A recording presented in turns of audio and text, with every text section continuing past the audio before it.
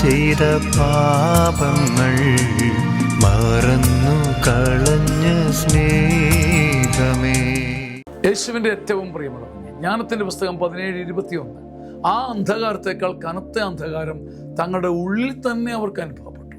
പുറമേ നിന്നുള്ള ഇരുട്ട്, കെണി, ഭാരം, നിരാശ, അത് വലിയ ഇരുട്ടാണ്. നമ്മെ കെട്ടിപ്പൂട്ടുന്ന ഇരുട്ടുകൾ പലതുണ്ട്. പക്ഷേ ആ അന്ധകാരത്തേക്കാൾ വലിയ അന്ധകാരം തങ്ങളുടെ ഉള്ളിൽ തന്നെ അവർക്ക് അനുഭവപ്പെട്ടു. അവർ ബന്ധിക്കപ്പെട്ടത് അകത്താലാണ്, ഉള്ളാലാണ്, ഉൾഭയത്താലാണ്. പുറമേ നിന്ന് ഒരാൾക്ക് നമ്മളെ കൊല്ലാനോ ചതിക്കാനോ വെട്ടിപ്പൂട്ടാനോ ആവില്ല പ്രിയപ്പെട്ടവരെ. നമ്മുടെ ഉള്ളിൽ കെട്ടും പൂട്ടും വരുമ്പോഴാണ്. പുറമേ നിന്നുള്ള അന്ധകാരത്തേക്കാൾ വലിയ ഇരുട്ട് നമ്മുടെ ഉള്ളിലാകുമ്പോൾ പരാജയപ്പെട്ടു പോകും. നമ്മുടെ ഉള്ളിലെ പരാജയത്തിൻ്റെ ഇരുട്ടിൻ്റെ കാരണം നമ്മുടെ ഉൾഭയമാണ്. കർത്താവിൽ ആശ്രയിക്കാവുന്ന കുഞ്ഞു മന്ത്രമല്ലാതെ നമുക്കൊരു പോകാൻ വഴിയില്ല.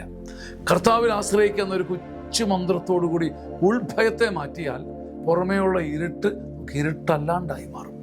പുറമെ ഏത് ഇരുട്ടും കെണിയും വന്ന് മൂടട്ടെ, അകത്തൊരു പ്രകാശമുണ്ടെങ്കിൽ, അകത്തൊരു മഹത്വമുണ്ടെങ്കിൽ, അകത്തൊരു ശ്ലീവ ഉയർന്നു വന്നാൽ ഏത് കെണിയെയും നമുക്ക് മൂട്ടാൻ പറ്റും.